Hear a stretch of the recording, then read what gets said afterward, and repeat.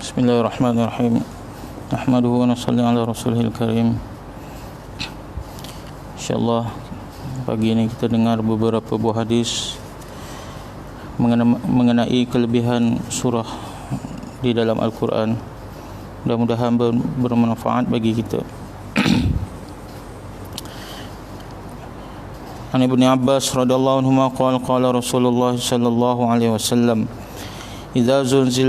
Idza zulzilat ta'dilu nisfal Qur'an wa qul huwallahu ahad ta'dilu sulutsal Qur'an wa qul ya ayyuhal kafirun ta'dilu rubu'al Qur'an. Sayyidina Abdullah bin Abbas radhiyallahu anhu berkata, Rasulullah sallallahu alaihi wasallam bersabda, surah Al-Zalzalah menyamai separuh daripada Al-Quran. Surah Al-Ikhlas menyamai 1/3 Al-Quran. Dan surah Al-Kafirun menyamai 1/4 Al-Quran. Sayyidina Abdullah bin Abbas radhiyallahu anhu berkata, Rasulullah sallallahu alaihi wasallam bersabda, surah Al-Zalzalah menyamai separuh Al-Quran. Surah Al-Ikhlas menyamai 1/3 Al-Quran. Dan surah Al-Kafirun menyamai 1/4 Al-Quran. An Ibnu Umar radhiyallahu anhu qala Rasulullah sallallahu alaihi wasallam ala yastati'u ahadukum an yaqra'a alfa ayatin fi kulli yawmin qalu wa man yastati'u dhalik qala ama yastati'u ahadukum an yaqra'a alhaakumut takatsur.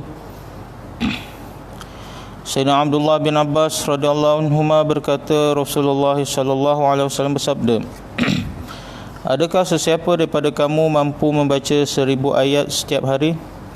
Para sahabat berkata, siapakah yang sanggup melakukan demikian? Baginda Rasulullah sallallahu alaihi wasallam menjawab, tidakkah sesiapa daripada kamu mampu membaca surah Al-Haakumut Takatsur? Ganjarannya sama dengan membaca 1000 ayat. Sayyidina Abdullah bin Umar radhiyallahu anhu berkata, Rasulullah sallallahu alaihi wasallam bersabda, adakah sesiapa daripada kamu mampu membaca 1000 ayat setiap hari? Para sahabat berkata, siapakah yang mampu melakukan demikian? Baginda Rasulullah sallallahu alaihi wasallam menjawab, tidakkah sesiapa daripada kamu mampu membaca surah Al-Haakumut Takatsur? Ganjarannya sama dengan membaca 1000 ayat. An-Nawfalin radhiyallahu anhu anna an-nabiy sallallahu alaihi wasallam qala li Nawfalin iqra qul ya ayyuhal kafirun thumma nam ala khatimatiha fa innaha bara'atun minasy-syirk. Sayyidina Nawfal radhiyallahu anhu meriwayatkan bahawa sesungguhnya Rasulullah sallallahu alaihi wasallam bersabda, sesungguhnya Nabi sallallahu alaihi wasallam bersabda kepada beliau,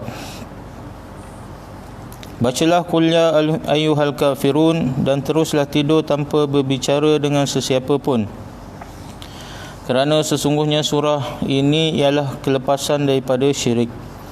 Sayyidina Nawfal radhiyallahu anhu meriwayatkan bahawa sesungguhnya Nabi sallallahu alaihi wasallam bersabda kepada beliau, bacalah qul ya ayyuhal kafirun dan teruslah tidur tanpa berbicara dengan sesiapa pun, kerana sesungguhnya surah ini ialah kelepasan daripada syirik. An Abi Darda'i an Nabi sallallahu alaihi wasallam qala aya'jizu ahadukum an yaqra'a fi lailatin sulusal Qur'an qalu wa kaifa yaqra'u sulusal Qur'an qala qul huwallahu ahad ta'dilu sulusal Qur'an. Sayyidina Abu Darda radhiyallahu anhu meriwayatkan bahawa Nabi sallallahu alaihi wasallam bersabda, adakah sesiapa daripada kamu tidak mampu membaca 1/3 Al-Quran dalam satu malam? Para sahabat radhiyallahu anhum bertanya, bagaimana mungkin seorang mampu membaca 1/3 Al-Quran dalam satu malam? Baginda Rasulullah sallallahu alaihi wasallam bersabda, qul huwallahu ahad menyamai 1/3 Al-Quran. An Mu'adz bin Anas Al-Juhani radhiyallahu anhu sahibin Nabi sallallahu alaihi wasallam an Nabi sallallahu alaihi wasallam qala man qara'a qul huwallahu ahad hatta yaqtimaha 10 marratin banallahu lahu qasran fil jannah. Faqala Umar bin al-Khattab, "Idzan astaghfiru ya Rasulullah." Faqala Rasulullah, "Allahu aktsaru atyabu." Sayyidina Muaz bin Anas Juhani radhiyallahu anhu meriwayatkan bahawa Rasulullah sallallahu alaihi wasallam bersabda, sesiapa yang membaca surah Qul huwallahu ahad sebanyak 10 kali, maka Allah Subhanahu wa taala akan membina untuknya sebuah mahligai dalam syurga. Sayyidina Umar radhiyallahu anhu berkata, kalau demikian saya akan memperbanyakkan bacaan surah Qul huwallahu ahad. Baginda Rasulullah sallallahu alaihi wasallam bersabda, Allah Subhanahu wa taala juga memberi dengan lebih banyak dan lebih baik.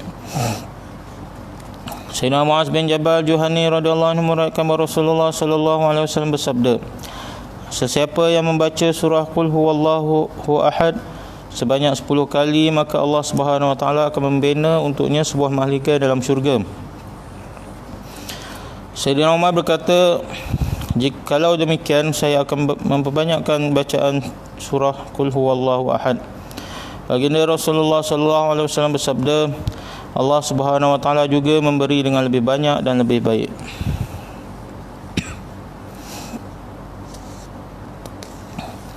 An Uqbah bin Amir radhiyallahu anhu qala Rasulullah sallallahu alaihi wasallam, alam tara ayatin unzilatil lailata